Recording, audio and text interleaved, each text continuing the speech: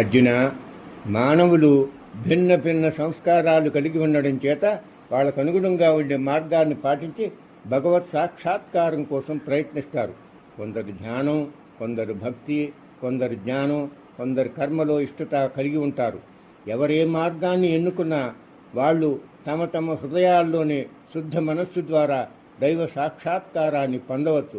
అలా చెయ్యలేని వాళ్ళు, అంటే విద్య, పాండిత్యం, యోగ పరిజ్ఞానం లేకపోయినా శ్రద్ధ, భక్తి ఉండి గురువుల వలన విని, అంటే శ్రవణం చేసి విశ్వాసంతో అనుష్ఠించిన వాళ్ళు ఈ సంసార సాగరాన్ని తప్పక దాటివేయగలరు. చదువురాని వాళ్లకు, వృద్ధులకు, మందాధికారులకు ఇది ఎంతో ఉపయోగపడే భవసాగర తరుణోపాయం. పరీక్షిత్తు ఈ శ్రవణ మార్గం ద్వారానే తరించాడు. 7 రోజుల్లో సుఖమహర్షి చేత బోధింపబడి తరించాడు. అలా చెప్పిన పరమాత్మ సమస్త పదార్థాలు క్షేత్రజ్ఞుల సంయోగం వల్లే కలుగుతాయని 13:26 ద్వారా బోధిస్తున్నాడు అర్జునుడికి. 13:27 శ్లోకం చదువుకుందాం ఒకసారి. యావత్ సంజాయతే కించిత్ తత్సం స్థవర జంగమం క్షేత్రజ్ఞ సంయోగ తద్విద్ది భరతర్షభ. అంటే, ఓ భరతశ్రేష్ఠ, ఈ ప్రపంచంలో స్థావర జంగమాత్మకమైన సృష్టిలో ఏదేది పుడుతుందో, అంటే ఎంత అల్పవస్తువు అయినా, ప్రాణి అయినా పుట్టినా కూడా అదంతా క్షేత్రజ్ఞుల లేక ప్రకృతి పురుషుల సంయోగం చేత పుడుతుందని నువ్వు తెలుసుకో. అర్జున, ఈ ప్రపంచంలో ఏ వస్తువు కానీ, ఏ ప్రాణి కానీ క్షేత్రజ్ఞుడైన పరమాత్మతో సంయోగం లేకుండా జనించదు, అంటే పుట్టదు అనే అర్థం. అంటే ఒక రాయి, స్థావరం ఈ ప్రపంచంలో ఉన్న అది భగవంతుని సంయోగంతోనే సంభవం. అలాంటప్పుడు మనుష్యాది ప్రాణికోట్లలో, జంగమాల్లో క్షేత్ర సంయోగాన్ని గురించి వేరే చెప్పాలా? కాబట్టి చెట్టు, పుట్ట, రాయి, రప్ప, చీమ, దోమ, దేవత, దయ్యం మొదలైన సమస్త చరాచరాల్లోనూ భగవంతుని అస్తిత్వం ఉందని తెలుసుకుని భూతదయగలిగి వర్తించమన్నట్లు సర్వభూతాల్లో సమంగా వ్యాపించి ఉన్న పరమాత్మను తెలుసుకున్నవాడే నిజంగా తెలివైన వాడని 13:28 శ్లోకంలో బోధిస్తున్నాడు పరమాత్మ. 13:28 సమం సర్వేషు భూతేషు తిష్టంతం పరమేశ్వరం వినశ్యంతం యః పశ్యతి సపశ్యతి. అంటే సమస్త ప్రాణుల్లోనూ సమంగా ఉన్నటువంటి పరమాత్మను ఆయా ప్రాణుల శరీరాలు నశించిన వాడిగా ఎవడు చూస్తున్నాడో, అంటే శరీరం నశించినా అందులో నివసించే జీవాత్మ క్షేత్రజ్ఞుడైన పరమాత్మ నశించడం లేదు అని అర్థం చేసుకోవాలి. దీన్ని ఎవరైతే తెలుసుకుంటున్నాడో అతను నిజంగా చూచేవాడవుతాడు, అంటే వాడే విద్యులు తెలివిగలవాడని అర్థం. అర్జున, దేహాది దృశ్య పదార్థాలు అశాశ్వతాలు నశించేవని, ఆత్మ శాశ్వతము నశించినదని తెలుసుకోవడమనే నిజమైన విజ్ఞత. అంటే మానవుడు ఆత్మ నశింపదని తెలుసుకోవాలంటే జ్ఞాననేత్రం కావాలి. కాబట్టి ఆ జ్ఞానాన్ని ఎంత కష్టపడైనా సంపాదించాలని నువ్వు అర్థం చేసుకో.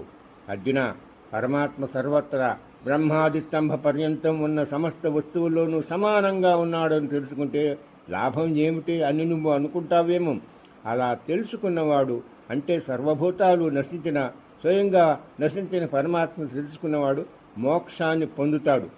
అదే నేను నీకు తరువాత శ్లోకంలో 13:29 బోధిస్తున్నాను అని బోధకు ఉపక్రమిస్తబోతున్నాడు పరమాత్మ. 13:29 శ్లోకం. సమం పశ్యన్ హి సర్వత్ర సమవస్థితమీశ్వరం నహినస్త్యాత్మనాత్మానం తతో యాతి పతాంగతిం. సకల ప్రాణుల్లోనూ సమంగా వ్యాపించి ఉండే పరమాత్మను సమభావంతో తెలుసుకొని, అంటే అందరిలోనూ అంతర్యామిగా ఉన్న పరమాత్మను సమాన భావంతో చూస్తూ ఉండేవాడు అందరినీ తనలానే తెలుసుకుంటాడని అర్థం. ఒకే విధంగా చూడగలిగినవాడు తనను తాను, అంటే తన ఆత్మను తాను హింసించుకొనడు.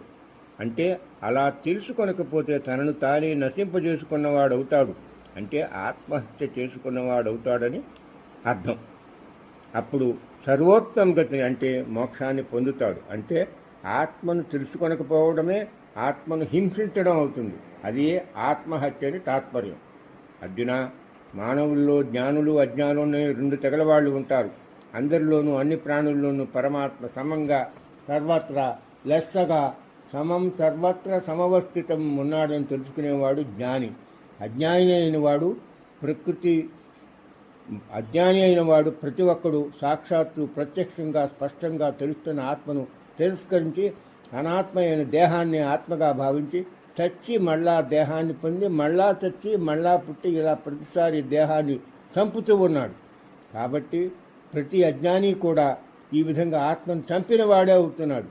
పరమార్థమైన ఆత్మ ఏదైతే ఉందో అది కూడా అవిద్య చేత అజ్ఞానం చేత చంపబడినట్లే లెక్క. ఎందుకంటే ఈ అజ్ఞానంతో కూడిన జీవుడు బ్రతికున్న లభించవలసిన ఫలితం అంటే జ్ఞానఫలం లభించడం లేదు. ఈ రకంగా అజ్ఞానులు అందరూ ఆత్మఘాతకులే, ఆత్మను హింసించిన వాళ్ళ కిందకే లెక్కకు వస్తారు.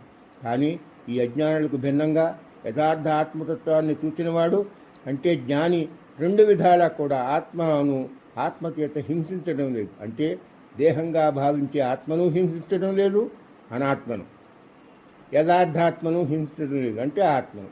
అందుచేత అతడు ఆ జ్ఞాని సమస్త ప్రాణుల్లోనూ సమంగా సర్వత్రా ఉండే ఆ పరమాత్మ ఉనికిని తెలుసుకున్నవాడు అని అర్థం చేసుకోవాలి. అటువంటి వాడు ఉత్తమగతిని అంటే మోక్షాన్ని పొందుతున్నాడని తాత్పర్యం.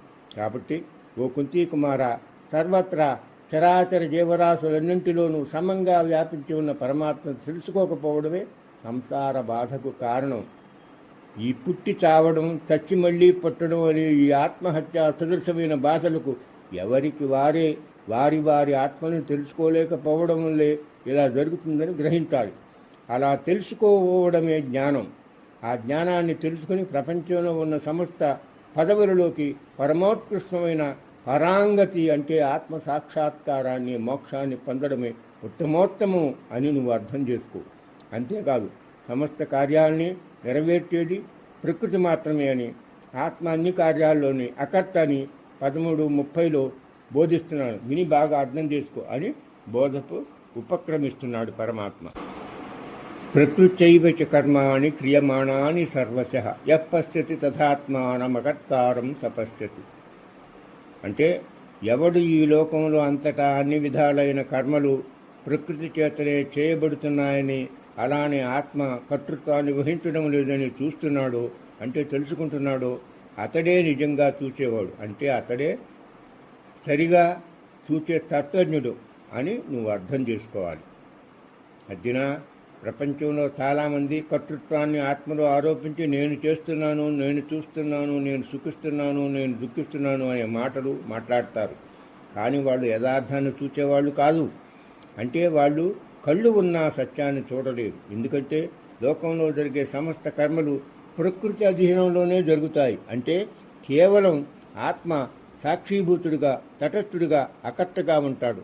అలా కర్తృత్వం వహించేది ఆత్మ కాదని, సకల కర్మలు అన్ని విధాలుగా ప్రకృతి ద్వారానే జరుగుతున్నాయని ఎవడు తెలుసుకుంటాడో అతడే వాస్తవాన్ని చూచేవాడు. అర్జున, కర్మలన్నీ త్రికణాల వల్ల అంటే మనస్సు, వాక్కు, శరీరం చేత చేయబడతాయి. ఇవన్నీ దేహేంద్రియ ఆకారాలుగా పరిణమించి సమస్త వికారాలకు కారణమవుతాయి.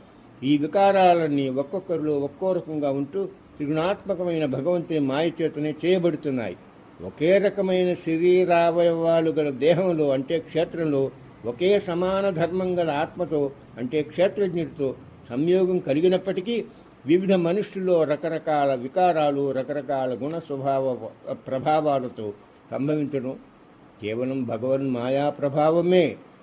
నేను 7:17లో ఇది ఇంతకుముందే నీకు బోధించాను. దైవీహేష గుణమయీ మమ మాయా దురచ్చయ అని. కానీ ఆ వికారాలకు ఆత్మ పురుషుడు క్షేత్రజ్ఞుడు కర్త కాదు అనేది వివేకం ఉన్న పురుషుడు అసంగుడుగా, ఒక్కడిగా, అంతటా సముడిగా, సమానుడిగా ఉంటూ చూస్తాడు. వాడే నిజంగా చూచేవాడి కిందకు లెక్క. వివేకిగా తన అసంగ కర్తృత్వ భావంతో తానుండగా అజ్ఞాని ఇది నాది, ఇది నాది, ఇది నేను చేస్తున్నానంటూ లేనిపోయిన భారాన్ని నెత్తిన వేసుకుని సంసారం సాగరంలో మునిగిపోతూ ఉన్నాడు.